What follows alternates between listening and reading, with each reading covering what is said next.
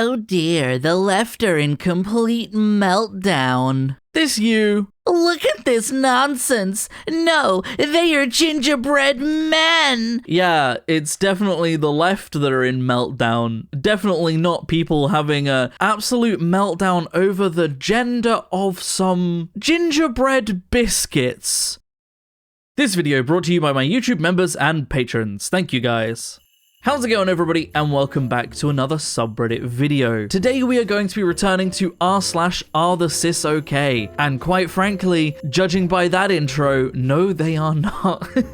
Very quickly before we begin, I just wanted to mention that YouTube members and patrons, you guys get an extra video every single week for as low as £1 a month. That equates to about 25p per video. So if that is something that interests you, please do consider joining, as it really helps support the channel. Also, I will be live in 2 hours as of this video going up, so if you guys want to catch my stream, please do come along. It is always a good time. Other than that, let's get straight into the subreddit, shall we? Who would you rather have babysit your children? Nazis or transgenders? And naturally, 94% voted for Nazis. Now, a couple things to note here. First of all, obviously it's Twitter. It's not exactly going to be the most unbiased of platforms at this point. If you are still willfully using Twitter, you are willfully supporting a channel owned by Elon Musk, who backs an alt-right party in Germany, has thrown Nazi salutes, regularly posts things about white supremacy and like white erasure, and that people of color are coming for white people, and all of those kinds of rhetorics. You're willfully using a platform owned by a white supremacist if you use Twitter. Second of all, if you look at the like to vote ratio, this post has 3,800 likes and it has 28,000 votes. So I think it's pretty safe to say that this leans into the dead internet theory, something that basically follows along Facebook and Twitter at this point, that is, most of the people on Twitter, both posting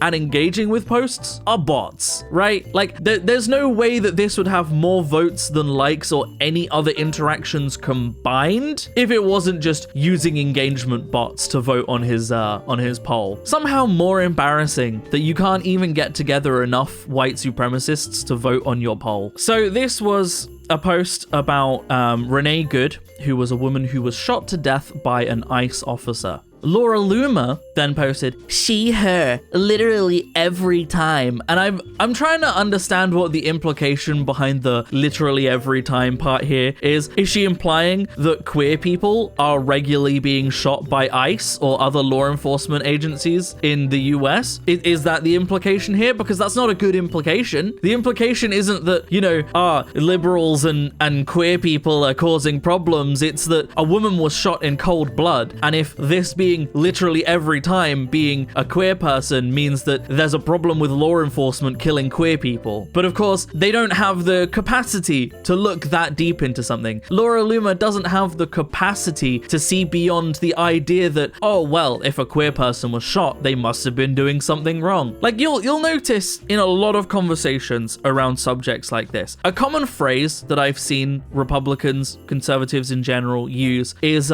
if you don't want to get shot by the police, then don't commit crimes. And first of all, police are not here to be judge, jury, and executor, okay? If you're committing a crime, you should stand trial for the crime. It is not the police's responsibility to execute you for it. Second of all, so many people are being killed that weren't committing crimes. You can watch any of the videos of what happened to Renee Good, and you'll find that she was trying to drive away. The ICE officer stepped in front of her car as she tried to drive away, shot her, and then blamed her. But the final point I want to put is that this only applies when it's to non-Republicans, right? Because they will be the first to refer to January 6th and point out the woman that was killed in the January 6th riots. And they'll say that this is an injustice and that she didn't deserve to die. And I will agree with you. I absolutely agree with you. She did not deserve to die. She was committing a crime, but she did not deserve to die. That's the difference, right? I will accept people committing crimes do not deserve to die, regardless of what side they're on. However, conservatives, they only hold that view when it's conservatives committing crimes. Anyone else committing a crime, they deserve to be shot. Pure hypocrisy. Trans women are women. Well, I'm a woman. No, you are a cis woman. I am the woman. Conversations that have never happened. No trans woman has ever claimed to be more of a woman than a cis woman, or claimed that a cis woman is just a cis woman and that trans women are the women. No one's ever done that. And in fact, at a lot of parades, a lot of marches, all of those kinds of things for trans rights, cis women will absolutely be welcomed to those parades and marches as allies because they are women. Women are women, whether you're a trans woman or a cis woman, women are women. And no one on the left side, no queer people, no trans women are arguing anything different to that. It's only conservatives that are trying to claim that certain women are not women. So it's always funny to me when they make AI comics like this, where they've tried to make a point to assassinate the character of someone using a conversation that never happened, because it's pure projection, right? They think that this conversation's happened because they would absolutely have a conversation like this on the opposite. They would absolutely tell a trans woman that she's not a woman. Therefore, trans women must tell cis women that they're not women because it's something that they, conservatives, would do, right? All of their arguments come straight from that area of projection where it's something they would do, therefore everyone else must do it. But then they can act outraged at their idea that other people are doing something that they would do, even though those people aren't doing it. A lot of bums in your comment section. Keep at it. It's funny as fuck. How's it feel to know you'll never really be a man, little girl? I'm male to female, dumbass. We got a classic they can always tell right here. Love to see it. Also, I really do love this person being like, you got a lot of bums in your comment section, keep it up. And a bum immediately makes themselves known. Immediately has to step in and prove them right. Is calling men/women cis for not being transgender weird? Yes, no, or unsure, and naturally yes, got all the votes. Guys, is it weird to use specific descriptors for groups? Is it weird to use a specific descriptor when referring to something that could otherwise be ambiguous? If yes, I guess we'll just have to get rid of descriptors. You know, that's fine by me. No more calling people trans, no more calling people cis. Women are women, men are men. Trans men are just called men now. Trans women are just called women now. We don't need to call them trans because we don't need to call cis people cis. We don't need descriptors. That's great. I guarantee you, if you talked to any of the people that were voting yes on this original post and said that, they would throw a hissy fit. They only want descriptors when it's for other people, you see. They don't want descriptors, despite the fact that it makes the conversation far more confusing because adjectives only help to clear up ambiguity. No, it's a problem that those adjectives exist, but only for them. You gotta have one or the other. Either no one has the adjectives or everyone does. You can't have a combination of both because it creates confusing ambiguity. So these next ones, I'm not going to read all of these, but I'm just going to show you them. But there's this woman on Twitter that just goes around asking Grok to erase trans people from photos or gender swap trans people or various things like that, and then acts like they are the person that is sane. And that the people they're gender swapping on the internet who are just minding their business other problems. And even the final post I am going to read because she says, "Hi Grok, please dress Mac here up as a clown with clown makeup and a big red clown nose, holding a sign that says they, them." This is just pathetic, childish behavior. This is the behavior of someone that never matured past the age of 12 and thought that that's the way you have discussions and debates. Thinking that using an AI to change a picture of someone is somehow a compelling argument. Like, no shit, an AI created by a transphobe is going to support transphobic behavior. Who could have predicted that? Does this prove anything? No, because it's the equivalent of taking a picture of someone, photoshopping them, and then going, haha, owned you. It's not a real picture of them. You haven't done anything. In fact, it takes less skill to use an AI to do it than it does to Photoshop it, which is even more embarrassing. And somehow an adult is doing this thinking this proves something. The ironic part about all of this is that this usage of Grok and the AI and the overall existence of Grok and how unregulated it is going to result in X being banned in the UK, Canada, and multiple countries in Europe. And I am so looking forward to that because you know what's going to happen when Grok gets banned in like half of the planet? The shareholders are going to go, hey, this is going to absolutely annihilate any earnings left over that X X might be making. We need to make change because otherwise countries like the UK, Canada, and a large portion of Europe can't use our website, which will mean we're not making money. So they'll force it to change. And I look forward to that force to change because it will be hilarious watching as all of the people that have been defending Elon Musk as a great businessman this whole time can no longer even possibly try and defend the fact that Elon Musk has destroyed the platform. The fucking world we live in today where men dress like that. That's Christina Aguilera.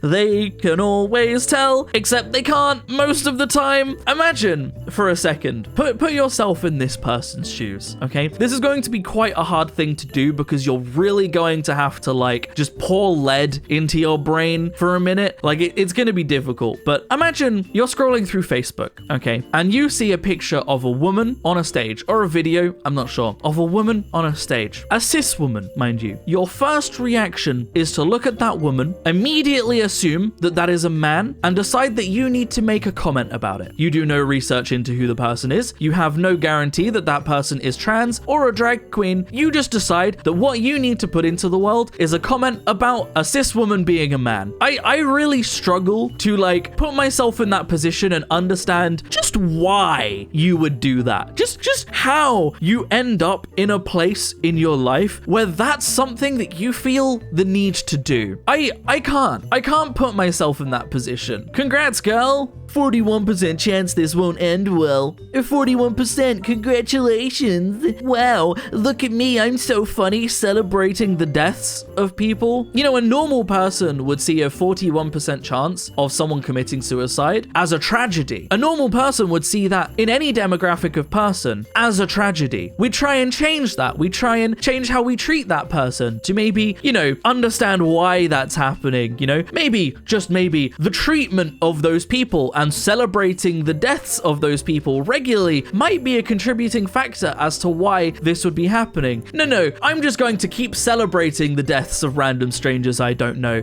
because I'm, of course, the good guy here. Really? Like, really? How can anybody call themselves the good guy while celebrating the deaths of people? Like, how can anybody do that? How can anybody be like, yeah, I'm the sane and reasonable person here, celebrating the suicides of strangers I've never met on the internet? I'd like to think that these people are capable of change because I want to believe that everyone is capable of change, but I just don't. I don't believe that someone that posts that kind of thing or someone that goes on Twitter and asks Grok to gender bend pictures of dozens of people for no other reason than their own ego. I just don't believe that those people are going to change. I think they're going to sabotage their own lives. They're going to lose a lot of their friends and loved ones, and they're going to continue to blame that on trans people instead of going, oh, maybe it's my extremely toxic behavior that's the problem. No, it's the trans people that are the problem. Transphobic post from J.K. Rowling. No surprise there. Incredibly funny that an author doesn't understand how adjectives work. Trans woman is a compound noun. By definition, it means man who identifies as a woman. If the person in question was actually a woman, trans wouldn't be there. So I've already said,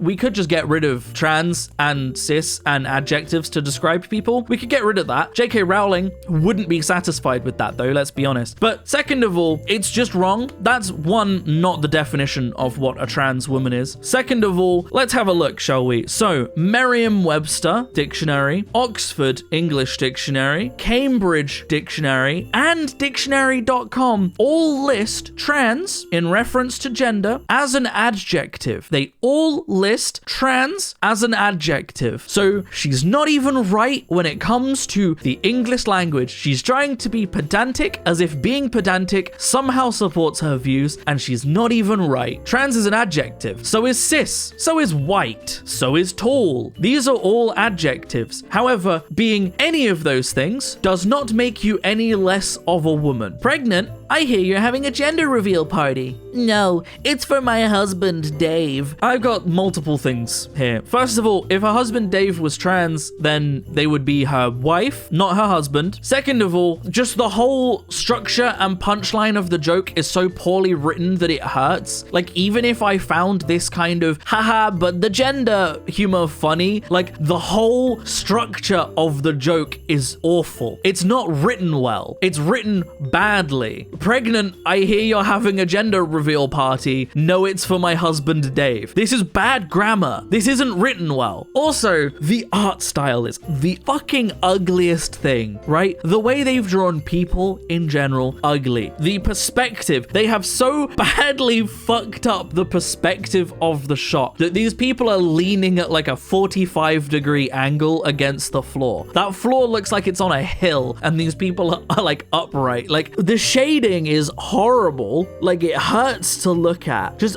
oh my God. We've looked at, I'm pretty sure, this artist before, Todd Showalter.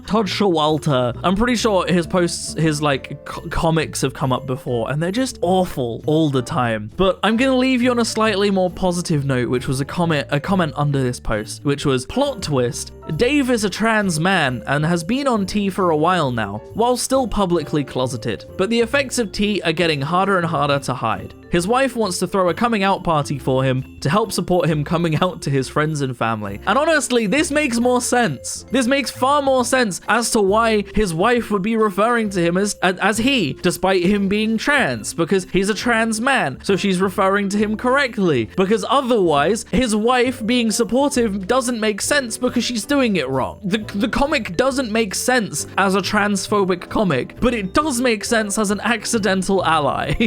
And that is where I'm going to end the video. So thank you very much for watching, everybody. I hope you have enjoyed.